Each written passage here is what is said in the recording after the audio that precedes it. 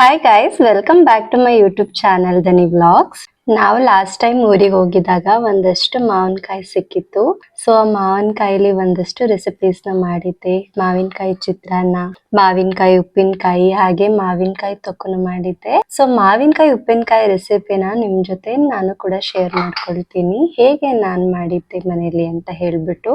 ಮೊದಲು ನಾನಿಲ್ಲಿ ಮಾವಿನಕಾಯಿನ ಸ್ವಲ್ಪ ನೀರಿಗೆ ಸಾಲ್ಟ್ ಹಾಕ್ಬಿಟ್ಟು ಕ್ಲೀನ್ ಆಗಿ ವಾಶ್ ಮಾಡಿ ಇಟ್ಕೊಳ್ತಾ ಇದ್ದೀನಿ. ಸೊ ದಟ್ ಮಾವಿನಕಾಯಿದು ಏನ್ ಕಿತ್ತಿದಾಗ ಹಸಿ ಹಾಲ್ ಬಂದಿರುತ್ತಲ್ಲ, ಅದೆಲ್ಲ ಮಾವಿನಕಾಯಿಗೆ ಆಗಿರುತ್ತೆ. ಸೊ ಅದನ್ನೆಲ್ಲ ಕ್ಲೀನ್ ಆಗಿ ವಾಶ್ ಮಾಡ್ಕೊಳ್ಬೇಕು. ಮಾವಿನಕಾಯಿನ ಕ್ಲೀನ್ ಆಗಿ ವಾಶ್ ಮಾಡಾದ್ಮೇಲೆ ಒಂದು ಒಣಗಿರೋ ಬಟ್ಟೆಯಲ್ಲಿ ಕ್ಲೀನ್ ಆಗಿ ಅದನ್ನ ಒರೆಸ್ಕೋಬೇಕು. ಯಾವುದೇ ತೇವಾಂಶ ಕೂಡ ಮಾವಿನಕಾಯಲ್ಲಿ ಇರಬಾರ್ದು. ನೆಕ್ಸ್ಟ್ ನಾನಿಲ್ಲಿ ಮಾವಿನಕಾಯಿನ ಸಣ್ಣದಾಗಿ ಹೆಚ್ಚಿಟ್ಕೊಂಡಿದ್ದೀನಿ. ಹೆಚ್ಚಿಟ್ಕೊಂಡು ನೆಕ್ಸ್ಟ್ ನಾನಿಲ್ಲಿ ಒಂದು ಬಾಣ್ಲಿಗೆ ಮಾವಿನಕಾಯಿನ ಹಾಕೊಂಡು ಅದಕ್ಕೆ ಅರಿಶಿನ ಪುಡಿ ಮತ್ತೆ ಸಾಲ್ಟ್ ಹಾಕಿ ಕ್ಲೀನ್ ಆಗಿ ಮಿಕ್ಸ್ ಮಾಡ್ಕೊಳ್ತಿದ್ದೀನಿ. ಉಪ್ಪಿನಕಾಯಿ ಎಲ್ಲ ಮಾಡ್ಬೇಕಾದ್ರೆ ಆದಷ್ಟು ಕಲ್ಲುಪ್ಪನ ಯೂಸ್ ಮಾಡ್ಕೊಂಡ್ರೆ ಟೇಸ್ಟ್ ಕೂಡ ತುಂಬಾ ಚೆನ್ನಾಗಿರುತ್ತೆ. ಹಾಗೆ ಉಪ್ಪಿನಕಾಯಿ ಕೂಡ ಅಷ್ಟೇ ಜಾಸ್ತಿ ದಿನ ಬಾಳಿಕೆ ಬರುತ್ತೆ.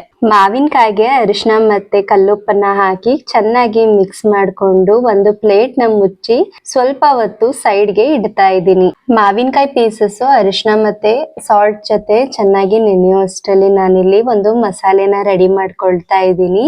ಈ ಮಸಾಲೆನೇ ಈ ಉಪ್ಪಿನಕಾಯಿಗೆ ಮೇನ್ ಇಂಗ್ರೀಡಿಯೆಂಟ್. ಈ ಮಸಾಲೆಗೆ ನಾನು ಮೊದಲು ಒಂದು ಪ್ಯಾನ್ ನ ಬಿಸಿ ಮಾಡ್ಕೊಂಡು ಅದಕ್ಕೆ ಸ್ವಲ್ಪ ಸಾಸಿವೆ, ಹಾಗೆ ಒಂದ್ 4-5 ಲವಂಗ, ಹಾಗೆ ಒಂದ್ 10-15 ಕಾಳಷ್ಟು ಮೆಣಸಿನ ಕಾಳು, ಹಾಗೆ ಸ್ವಲ್ಪ ಮೆಂತ್ಯ ಇಷ್ಟನ್ನು ಹಾಕಿ ಲೋ ಫ್ಲೇಮ್ ಅಲ್ಲಿ ಆದಷ್ಟು ಕ್ಲೀನ್ ಆಗಿ ಹುರ್ಕೊಳ್ಬೇಕು. ನೀವ್ ಅದು ಉರಿತಾ ಇರ್ಬೇಕಾದ್ರೆ ನಿಮ್ಗೊಂದ್ ಸ್ಮೆಲ್ ಬರುತ್ತೆ, ಘಮ್ ಅಂತ ಇರುತ್ತೆ. ಸೊ ಅಲ್ಲಿ ತನಕನು ಅದನ್ನ ಹುರ್ಕೊಂಡು ತಣ್ಣಗಾದ್ಮೇಲೆ ಜಾರ್ಗ್ ಹಾಕೊಂಡು ಅದನ್ನ ಪೌಡರ್ ಮಾಡ್ಕೊಡ್ಬೇಕು. ಅಥವಾ ನೀವ್ ಹತ್ರ ಕುಟಾಣಿ ಇತ್ತು ಅಂತಂದ್ರೆ ಕುಟಾಣಿಲೂ ಕೂಡ ಅದನ್ನ ಪೌಡರ್ ಮಾಡ್ಕೋಬಹುದು. ನೆಕ್ಸ್ಟ್ ನಾನಿಲ್ಲಿ ಇನ್ನೊಂದು ಪ್ಯಾನ್ಗೆ ಸಾಸಿವೆ ಎಣ್ಣೆ ಯೂಸ್ ಮಾಡ್ತಾ ಇದ್ದೀನಿ. ಆಕ್ಚುಲಿ ಉಪ್ಪಿನಕಾಯಿನೆಲ್ಲ ಈ ತರ ಸಾಸಿವೆ ಎಣ್ಣೆ ಹಾಕಿ ಮಾಡಿದ್ರೆ ಟೇಸ್ಟ್ ತುಂಬಾ ಚೆನ್ನಾಗಿರುತ್ತೆ, ಹಾಗೆ ಡಿಫರೆಂಟ್ ಟೇಸ್ಟ್ ಇರುತ್ತೆ. ಸಾಸಿವೆ ಎಣ್ಣೆ ಹಾಕಿ ಅದಕ್ಕೆ ಬೆಳ್ಳುಳ್ಳಿನ ಜಜ್ಜಿ ಇಟ್ಕೊಂಡಿದೀನಿ, ಸಿಪ್ಪೆ ತೆಗೆದು ಇಟ್ಕೊಂಡಿರೋದು.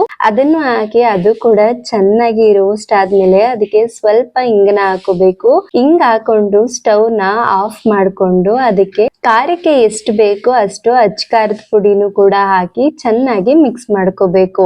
ನಾನಿಲ್ಲಿ ಮಾವಿನಕಾಯಿನ ಚೆನ್ನಾಗಿ ನೆನೆಸಿ ಅದನ್ನ 1-2 ದಿನ ಬಿಸಿಲಲ್ಲಿ ಒಣಗಿಸಿ ಇಟ್ಕೊಂಡಿದ್ದೀನಿ.